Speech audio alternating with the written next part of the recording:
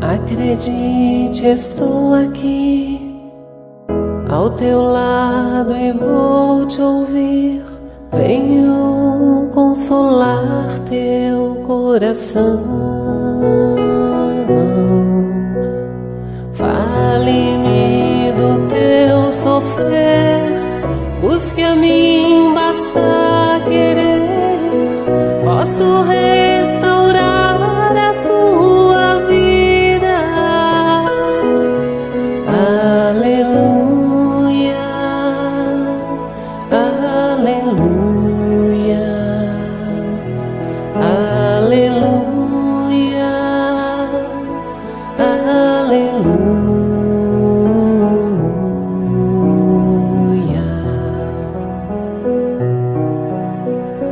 Homens fracos, creio em mim, toda dor há de ter fim. Sou de Deus e trago a luz ao mundo. Todo pranto há de secar, a esperança vai brotar. Sinta minha presença em tua vida. Aleluia, aleluia, aleluia, aleluia.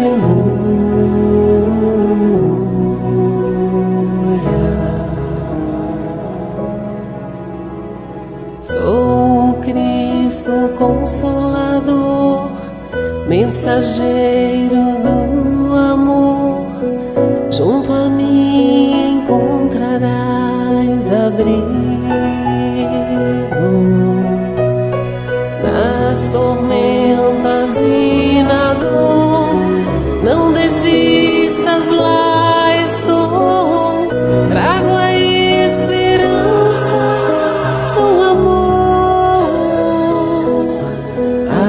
Aleluia, aleluia,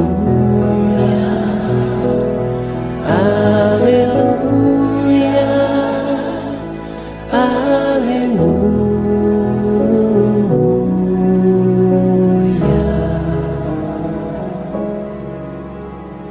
Todos num só coração, as nações se dando as mãos.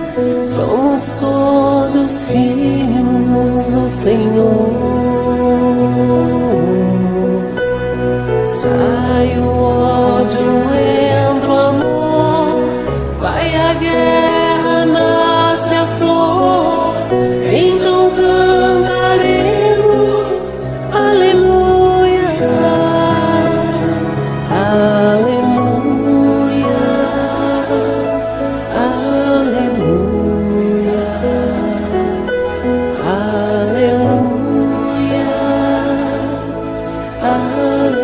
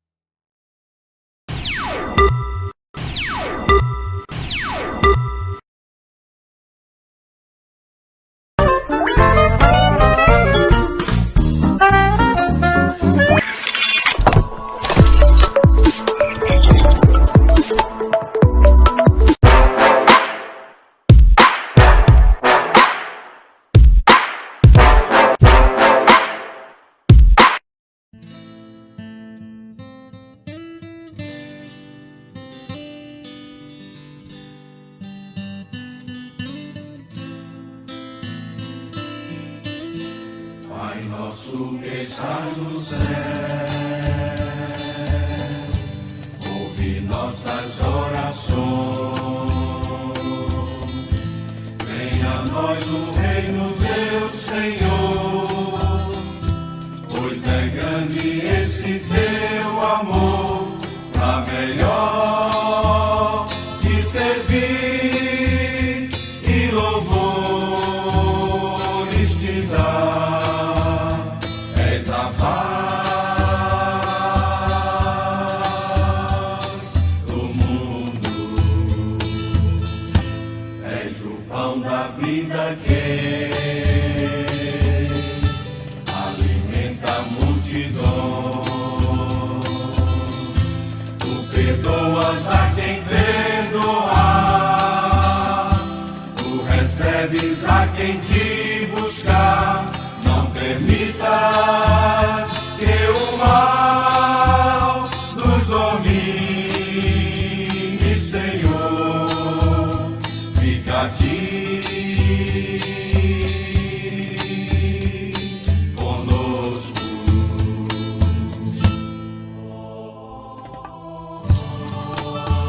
Pai nosso que estás no céu, ouve nossas orações. Venha a nós o reino teu, Senhor, pois é grande esse teu amor, para melhor te servir e louvores te dar. És a paz do mundo.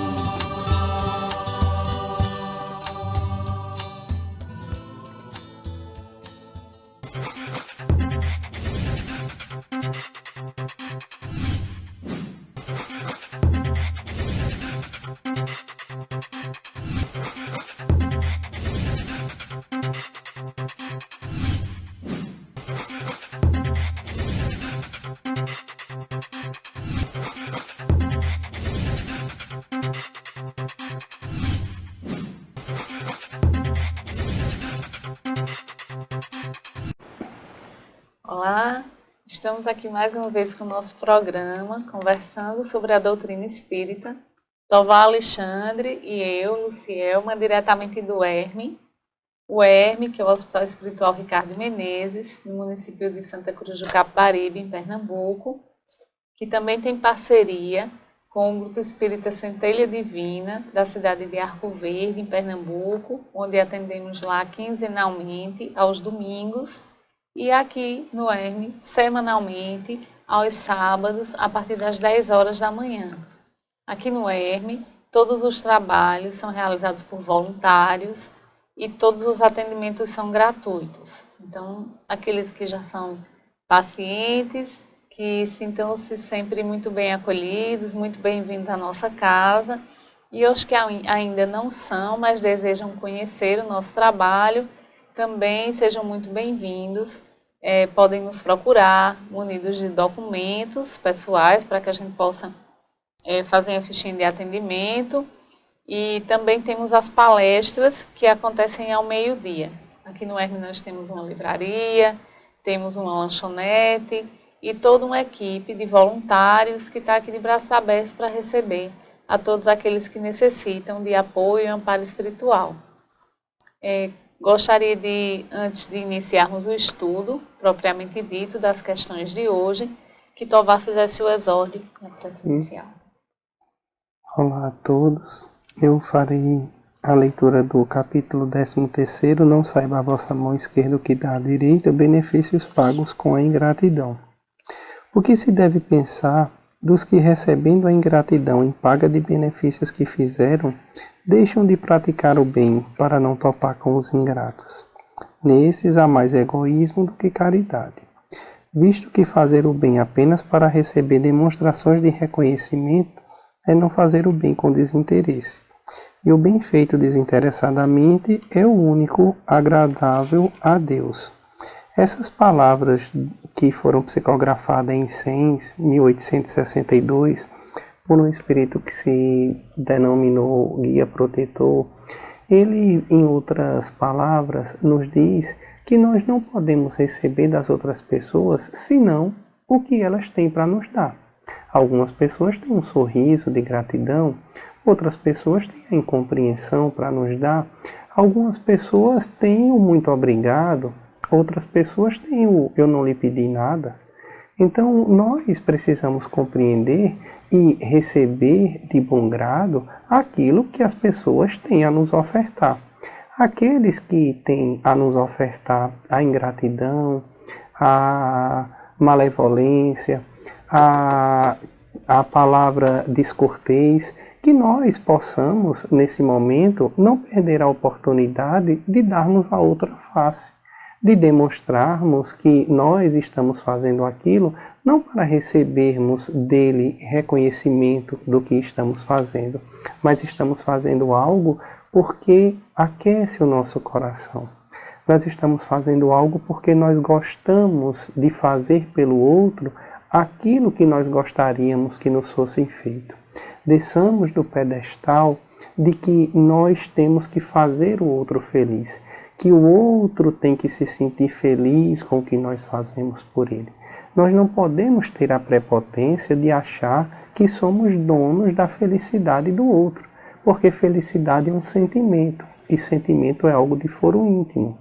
Alguém pode se sentir feliz com um pedaço de bolo, alguém pode se sentir muito constrangido com um pedaço de bolo. Então, se o bolo é o mesmo e os sentimentos são distintos, cada qual com seu sentimento daquilo que lhe transborda. Nós não podemos subjugar as outras pessoas ao nosso capricho sobre o pretexto de sermos caridosos. Porque se nós não fazemos algo porque ao fazer algo por alguém, alguém nos paga com ingratidão, significa dizer que nós estávamos querendo receber uma recompensa. Quando nós dizemos que fizemos algo por alguém, eu fiz isso por fulano e olha o que ele me deu em troca. Então quer dizer que nós não fomos caridosos. Nós fizemos um investimento e queríamos sacar ou receber o retorno daquele investimento que fizemos. Então não somos bondosos, não somos caridosos.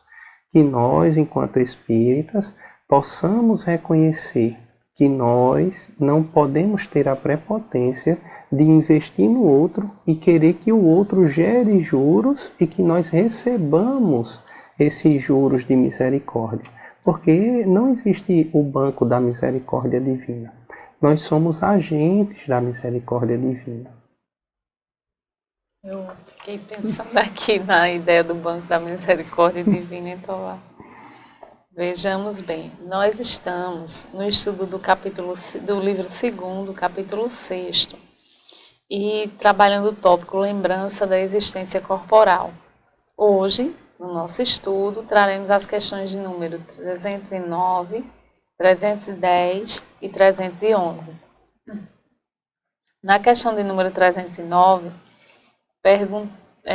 quando os espíritos questionados a respeito, de que maneira o espírito considera o corpo que acaba de deixar.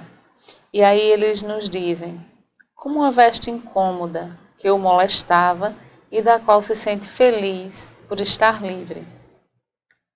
Que sentimento lhe faz experimentar a visão do seu corpo em decomposição?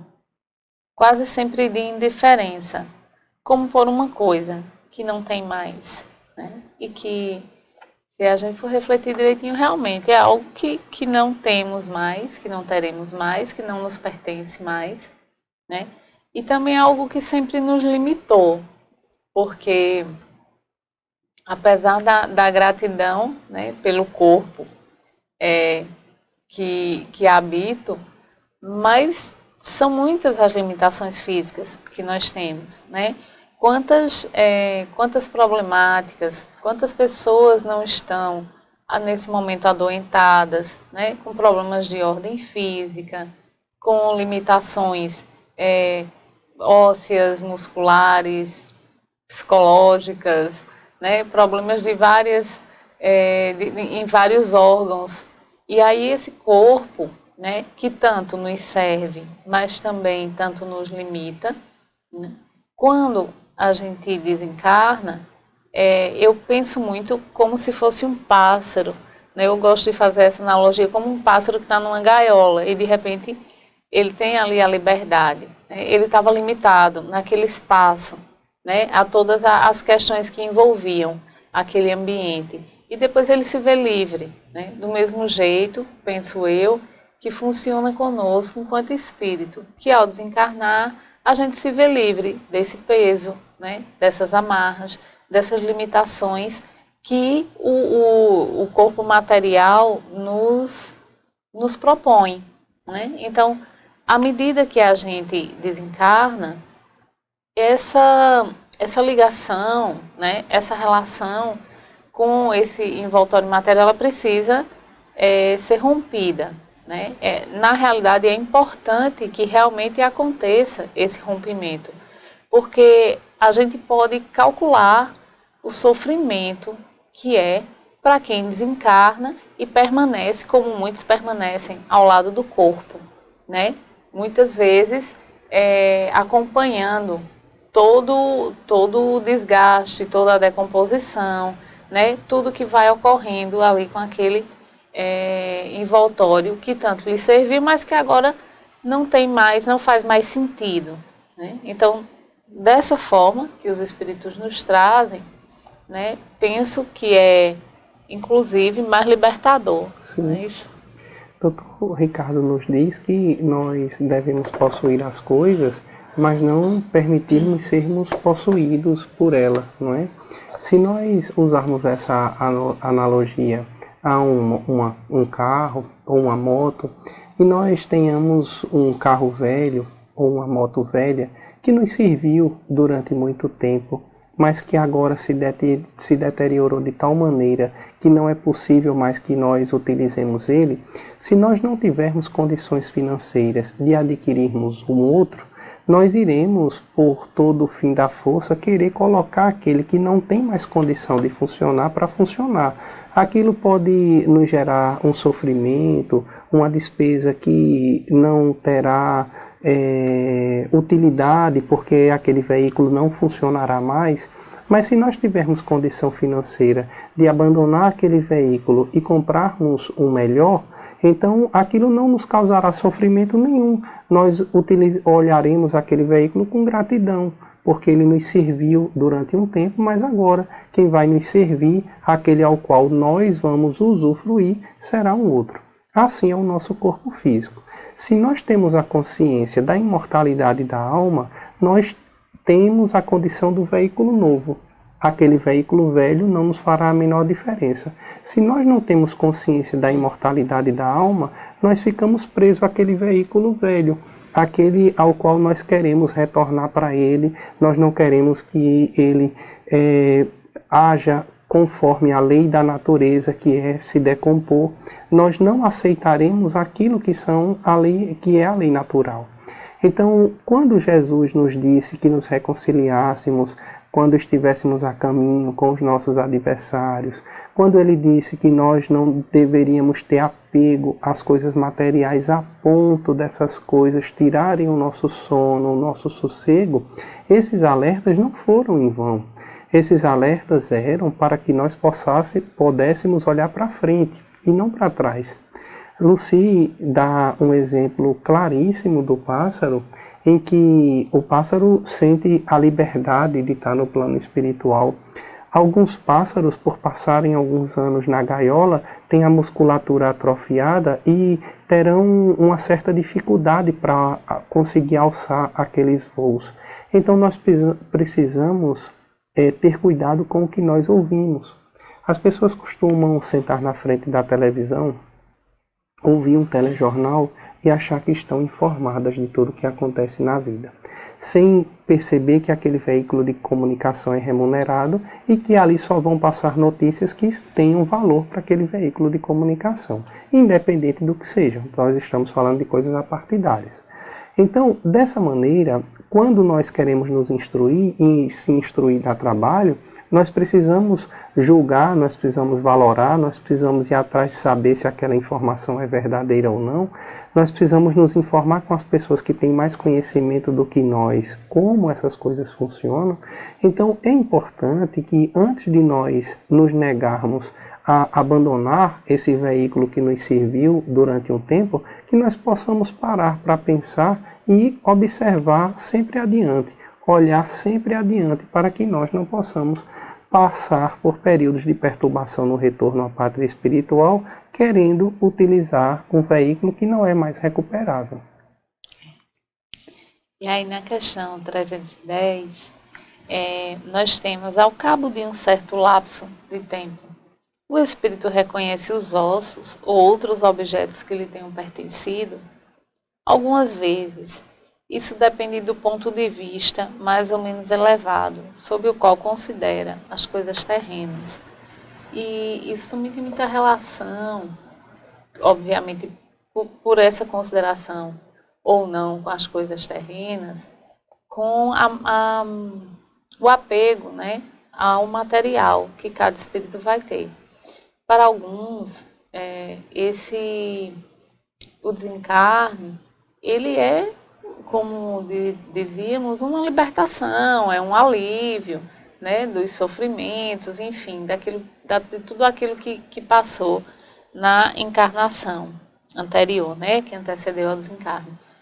Para outros, né, muitas vezes pela própria ignorância, e eu falo da ignorância realmente como falta de entendimento, como falta de compreensão, né, vai haver esse apego muito grande, né, e esse apego vai fazer com que essa ligação ela permaneça muito forte. E aí, quando um espírito desencarna, que importância tem os ossos, né, que fizeram parte do seu corpo material? Nenhuma. Né? Mas se esse espírito está muito ligado às questões de ordem material, né, se ele está muito apegado às coisas terrenas, aí sim, isso ele pode reconhecer, isso possivelmente pode lhe causar muito sofrimento, né? Porque para ele estar com essa ligação todinha, significa que ainda não houve, ele não introjetou, ele não compreendeu muito bem o que aconteceu, ou até compreendeu, mas não aceita, né? Não se conforma com o desencarne, muitas vezes porque é jovem, muitas vezes porque tinha muitos sonhos, muitas coisas que pretendia fazer ainda enquanto encarnado, e entende que a partir daquele momento está impossibilitado, o que é um erro, né? Porque ele terá outras oportunidades de reencarnar, mas enfim, isso está muito relacionado, esse reconhecimento ou não, né? E a ligação com tudo isso está muito relacionado à capacidade, à elevação desse espírito e à necessidade que ele tem de estar revisitando essas questões que fazem parte do seu passado, né? E essa ligação com o material. Isso mesmo, não é? Quando esse espírito não tem consciência do que lhe espera pela frente, de como, utilizando mais uma vez o exemplo que você deu, a gaiola, muitas vezes você abre a porta, o passarinho está tão acostumado dentro da gaiola que ele não sai. Sim. Então, o espírito, quando não tem consciência, é como aquele passarinho que ele desaprendeu, ele não consegue mais voar, ele não entende mais o que é a liberdade. Então, os outros pássaros que estão ali fora podem pensar que coisa insana ele querer continuar aí dentro, como algumas pessoas podem pensar, mas que coisa boba se ligar a um corpo que está em decomposição, mas é o nível consciencial de cada um. E esse é o trabalho da doutrina espírita, esse é o nosso trabalho aqui nesse programa de divulgação da doutrina espírita, não é colocar possibilidades, não é achar que as coisas são de alguma maneira e colocar achismos aqui. O que nós estamos colocando é algo que diz respeito a não ter uma sequência na nossa existência, não ter uma suprema inteligência se a nossa vida acabasse com a morte do corpo físico. Porque aí como continuaria a nossa vivência? E aí como ficaria aqueles que não conseguiram ser punidos pelo mal que fizeram? Como ficaria aqueles que não conseguiram ser recompensados pelo mal que foi feito a eles enquanto aqui estavam? Eles receberão essa recompensa no plano espiritual? Sim. eles receberão essa recompensa, mas quem errou com eles não terá possibilidade de reparo. E se esse reparo fosse feito com o sofrimento daquele que fez sofrer, estaria Deus devolvendo olho por olho e dente por dente, quando Jesus disse que o Pai dele não pensa dessa forma, que o Pai dele pensa que nós temos que fazer ao outro aquilo que nós gostaríamos que fosse feito, e nunca é demais lembrar que o Pai de Jesus é o nosso Pai também. Então é o nosso Pai Celestial que pensa dessa maneira. Então é importante que nós possamos vislumbrar a lei de progresso, que possamos perceber que os conflitos, por mais intransponíveis que eles possam parecer, por mais que estejamos vivendo uma tempestade a qual parece que não chegará ao fim dela, ou uma noite muito ruim que parece que o sol não vai clarear daqui a algumas horas, nós precisamos compreender que no mundo de provas e expiações que estamos, isso faz parte do dinamismo de nossas vidas. E os espíritos são taxativos quando dizem que não há uma só pessoa, mesmo que reúna riqueza, juventude e saúde, que não possam passar por períodos de reflexão, e que essa reflexão nem muitas vezes é uma reflexão alegre, não é? Eu acho que todos nós bem sabemos disso. Então, na questão de número 311, se tem o seguinte: o respeito que se tem às coisas materiais deixadas pelo espírito atrai a sua atenção sobre esses mesmos objetos, e ele vê esse respeito com prazer. O espírito é sempre feliz por ser lembrado. As coisas dele que se conservaram trazem-no à memória, porém é o pensamento que o atrai para vós, e não seus objetos. E aí, se tem algo que eu compreendo que vai agradar aos espíritos, né? Aqueles nossos queridos que desencarnam, nossos parentes, nossos amigos, né? E que a gente muitas vezes fica num sofrimento e numa luta, né? Para poder aceitar, para poder se acostumar com a saudade, né? Com esse distanciamento. Se tem algo que vai realmente deixá-los felizes e satisfeitos, são as preces, né, que dirigimos a eles. Não tanto as questões dos cuidados e das conservações dos objetos, porque a gente espera, não é, que cada um desses espíritos tão queridos por nós, ao desencarnar, não fiquem com esse apego aos bens materiais, né? Claro que aqui os espíritos são taxativos em dizer que quando há esse cuidado, que eles gostam de ser lembrados. Mas pouco vai importar a relação que os encarnados têm com os objetos que foram deixados. Alguns, né, irmãos nossos, ao desencarnar, podem sim ficar num estágio de perturbação, preocupados com o que será feito com aquilo que eles deixaram, né? Porque tem aquele dizerzinho de que caixão não tem gaveta, então aquilo que a gente tanto constrói do ponto de vista material, a gente não leva, né? A gente deixa, mas a gente deixa para quem fica, né? A gente não deixa para a gente ir de lado, o plano material está aqui curiando, administrando ou tucalhando, como se diz, né? Aquilo que ficou, de forma alguma, porque ao desencarnar nós teremos outras ocupações e outras pré-ocupações, não é, Tovar? Então nós teremos muito com que nos ocupar, e o que ficou aqui ficou, né? Deixe que quem está aqui cuide. Então muitas vezes esse zelo que se tem pelas roupas, por objetos simples do quarto, do cotidiano, né, e que às vezes ficam anos e anos lá guardadas, e a pessoa cuidando porque entende que aquilo agrada muito a quem desencarnou, talvez, né, e muito certamente agradaria muito mais que essas roupas fossem doadas àqueles irmãos necessitados, né, que aquele agasalho que foi usado quando aquele espírito estava encarnado, que ele possa servir para evitar que outra pessoa morra de frio, né, que sofra. Então, esses gestos, esses atos, compreendo que são muito mais importantes e muito mais relevantes, né, à medida que você, inclusive, praticar caridade com o pensamento naquela pessoa que já se foi. E que a gente não tenha nenhuma dúvida com relação a isso. Que se a gente quer fazer um agrado, né, a quem já se foi, a gente faça através das preces. Porque a prece, sim, chega até ele, né, mas as roupas, os calçados, o carro, o terreno, né, a criação, o que quer que seja, não chega mais, né, fica aqui. Aqui mesmo a gente cuida, a gente dá conta e a gente acaba com tudo isso, a gente transforma.